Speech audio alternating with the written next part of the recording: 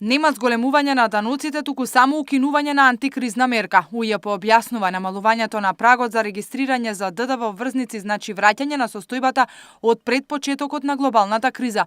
Од стартот на кризата прагот за даночење изнесуваше 2 милиони денари. Сега повторно се враќа на милион. Ваквата одлука е донесена да се обезбедат фер услови за сите и да се намали и нелојалната конкуренција. Станува збор за измена само на прагот на регистрација за данокот на додадена вредност, како што и професорката потенцира дека истиот е од 1.1.2015 е стимнат прагот на милион денари. Претходно, ради антикризните мерки, од 2015 беше на повисоко ниво од 2 милиони. Со новото решение лицата со остварени приходи поголеми од 16.000 евра или 1 милион денари автоматски се оданочуваат. Според експертите, со ваквата измена голем број на физички лица кои претходно не биле, сега ќе станат ДДВ врзници. Со тоа значително се зголемува и бројот на лица кои ќе имаат обврски кон државата. Тука влегуваат и оние кои остваруваат приходи од издавање на простории и станови.